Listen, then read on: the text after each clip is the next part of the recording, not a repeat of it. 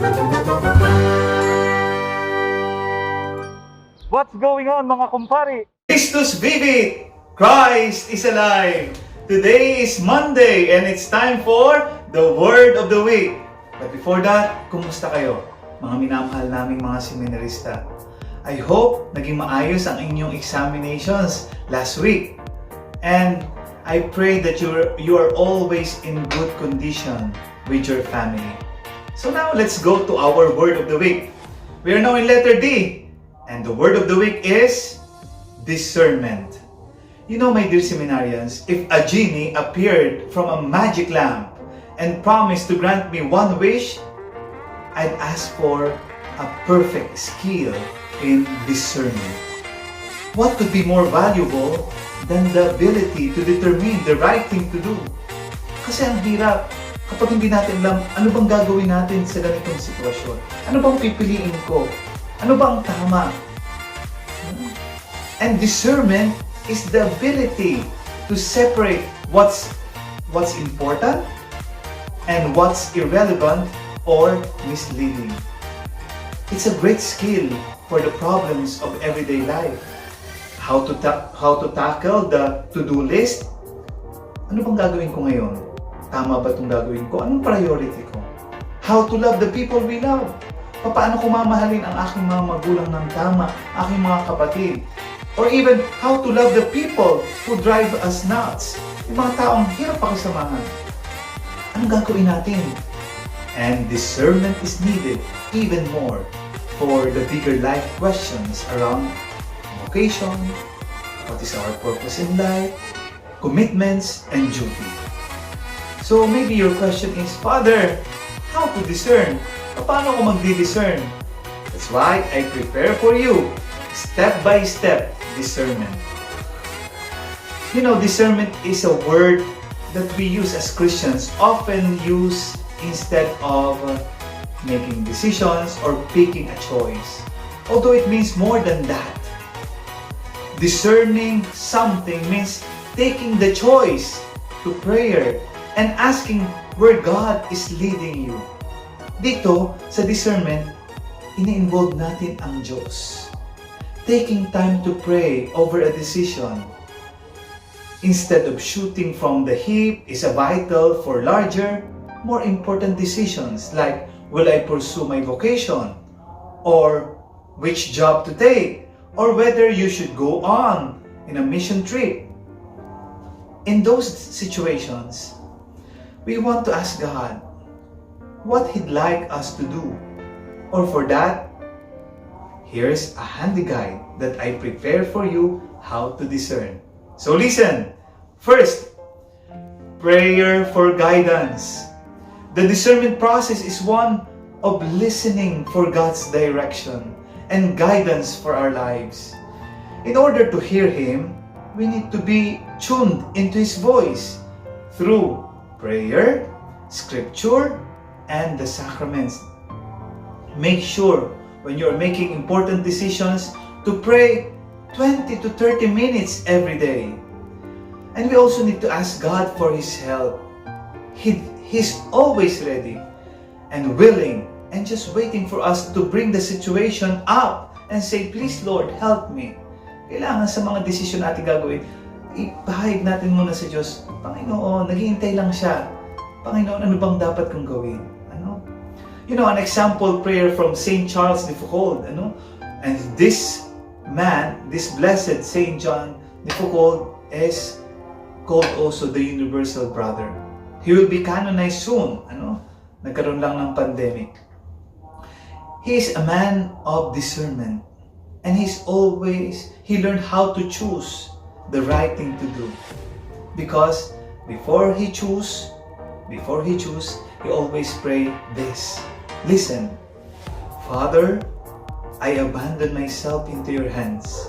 Do with me what you will. Whatever you may do, I thank you. I am ready for all. I accept all. Let only your will be done in me, and in all your creatures. I wish no more than this, O Lord. Into your hands I commend my soul. I offer it to you with all the love of my heart. for I love you, Lord, and so need to give myself, to surrender myself into your hands without reserve and with boundless confidence, for you are my Father. My dear seminarians, remember always this. It's important not only to start off in prayer, but also to stay rooted in prayer and ask for God's help every step of the way as you discern, as you decide. Second, list your options. This is very practical. A list of your options will help you to survey the choices in front of you. This will be the list you work from during your discernment process.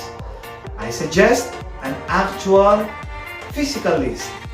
Grab a piece of paper, kumuha ka ng papel or journal mo, flip to a fresh page in your journal or whatever works best for you. Write down all the possible options. Treat this like a brainstorming, no eliminations right now. Just put those options. That will happen later, yung decision making. Leaving a little space between options will be helpful for later steps. Okay? And then third, ask questions. Start examining the options. Yung mga sinulat mo, yung mga options. Okay ba to?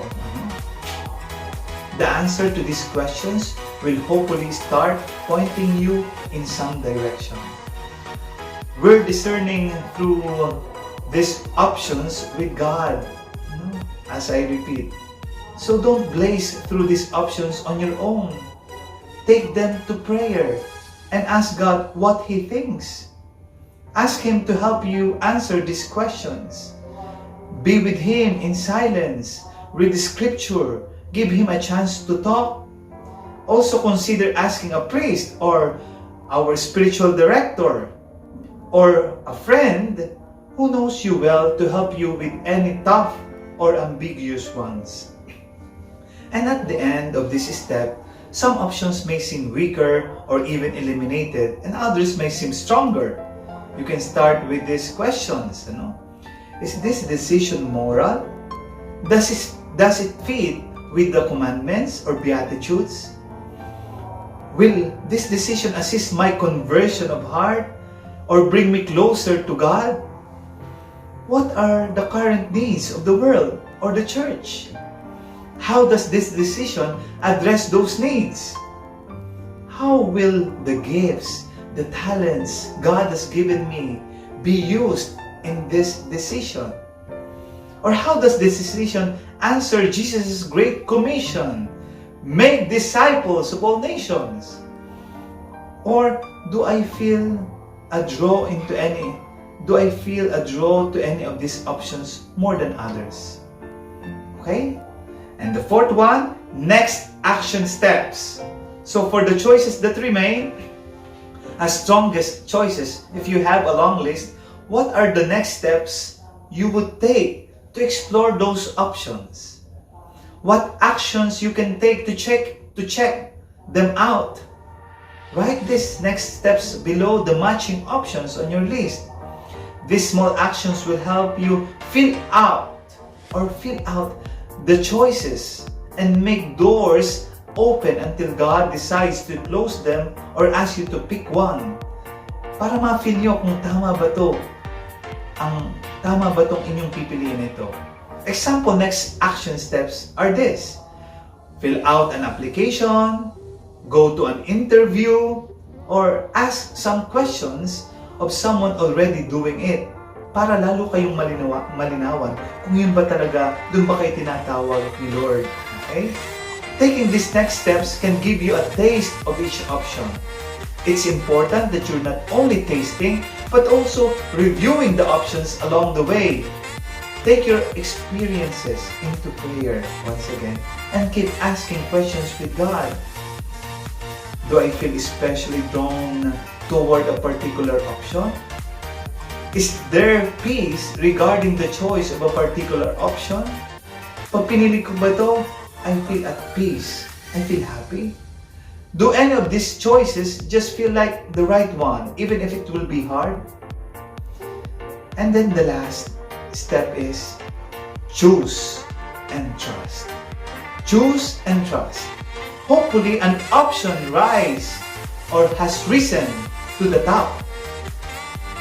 You don't even need to be 110% convinced that this is exactly the will of God and the absolute best decision you'll ever make in your life. As long as you're spending time in prayer, remaining close to the sacraments, and following God's peace, you aren't going to screw up His plan for your life. So now, make your choice and trust in God. He loves you and only wants what's best for you.